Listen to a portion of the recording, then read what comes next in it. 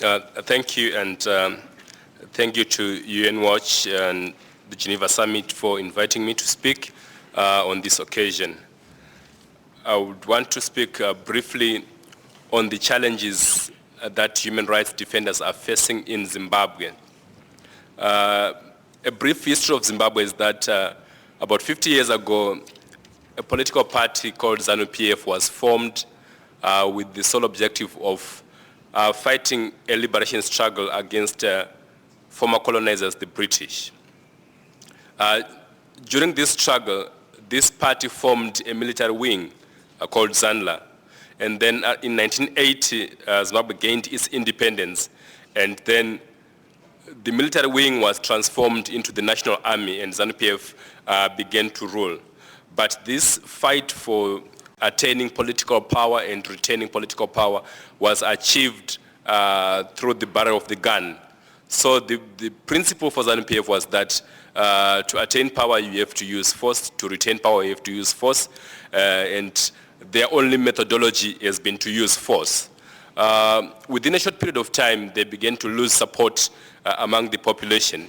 And to retain that support by force, they deployed 4 mechanisms. The first one was to militarize the states and different institutions.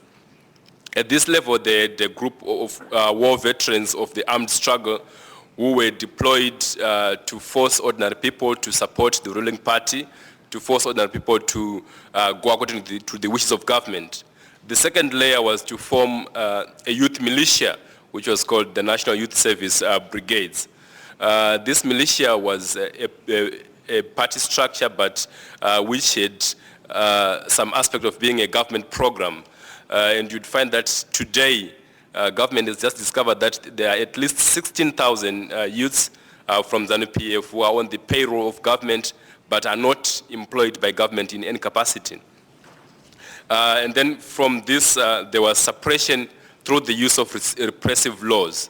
Several laws have been passed in Zimbabwe targeting dissent, targeting free media, to ensure that there is no free expression at all anywhere in Zimbabwe.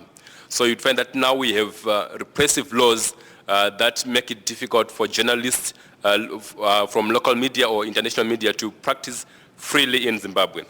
The second level of control was to target economic institutions. And firstly, ZANU-PF's policy and program was to forcibly take over farms, predominantly from white commercial farmers who owned these farms. These farms were taken and used as tools of patronage to pay and buy support from the military, from senior police officers, from the judiciary, to the extent that all senior government personnel became compromised and partisan to ZANU-PF.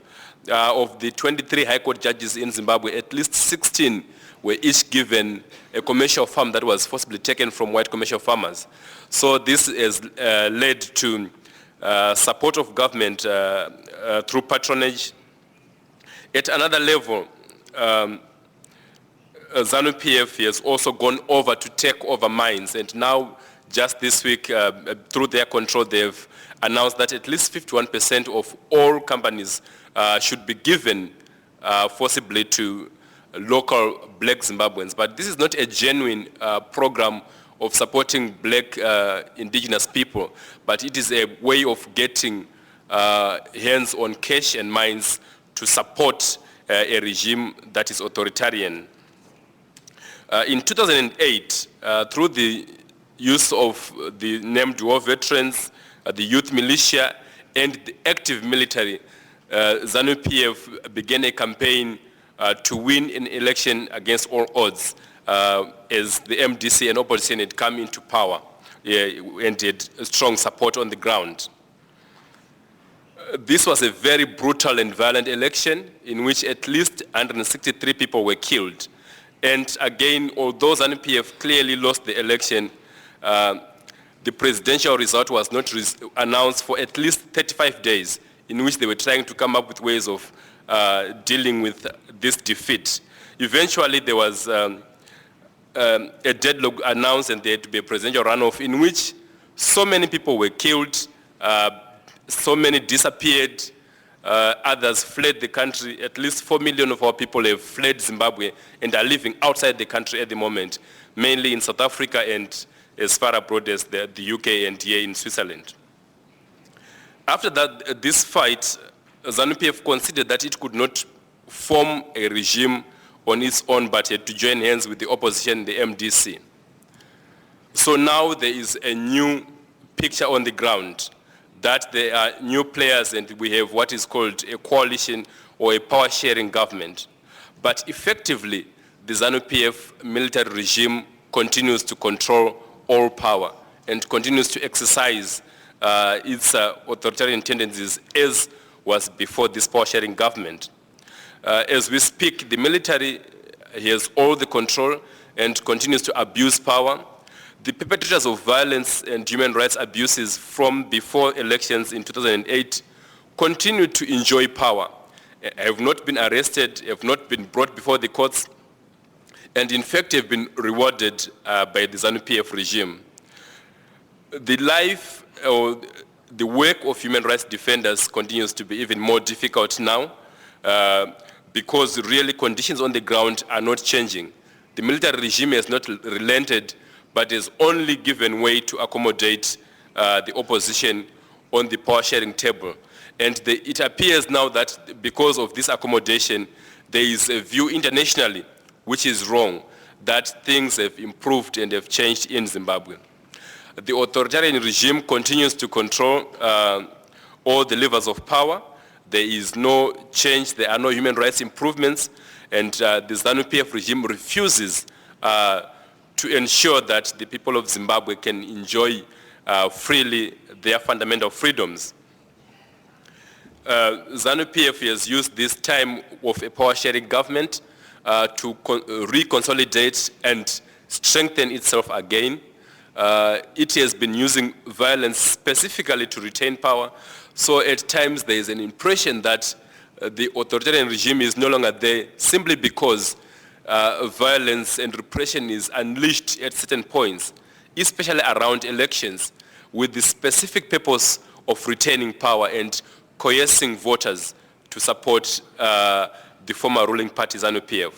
So now violence has become seasonal, associated with electoral periods, and as we have now discussions that there could be a national election in 2010, the possibility, real possibility of a fresh outbreak of violence and repression is looming. And on the ground, there have been no genuine reforms to speak of that can assure the people of Zimbabwe and the international community that there is change towards democratization, political stability, and tolerance in Zimbabwe.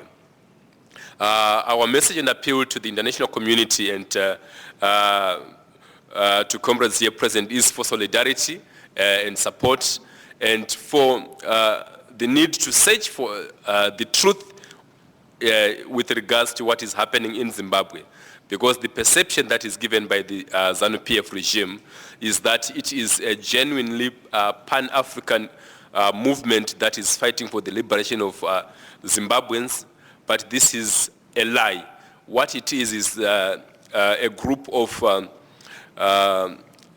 power-hungry leaders who are enjoying the fruits of the whole nation, just a small group, and who will not relinquish power at any cost. This group is tormenting the people of Zimbabwe for the sake of retaining power. It is not interested in the welfare of Zimbabweans. It is not interested in the fundamental rights of Zimbabweans.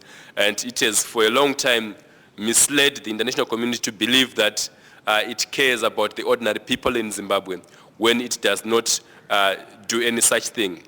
The chaotic and violent farm invasions from 2000 led to the displacement and disenfranchisement of thousands of black farm workers when the claim was that this was to support the local black people of Zimbabwe in terms of economic empowerment.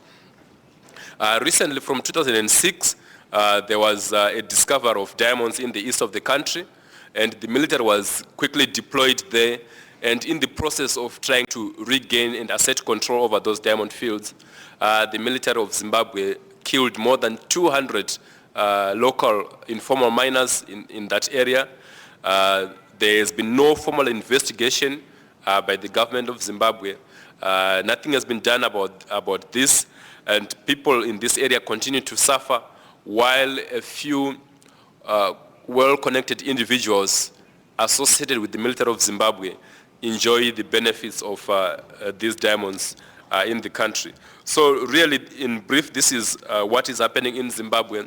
And unfortunately, there has been not sufficient support from regional players, perhaps because of economic interests. South Africa has not strongly spoken for a speedy resolution of the Zimbabwean crisis. The Southern African Development Community, SADC, has also not been very strong on pushing the ZANU-PF regime to reform. The same applies at the UN level. So we are appealing for international support at civil society level to push for change and real change in Zimbabwe. Thank you.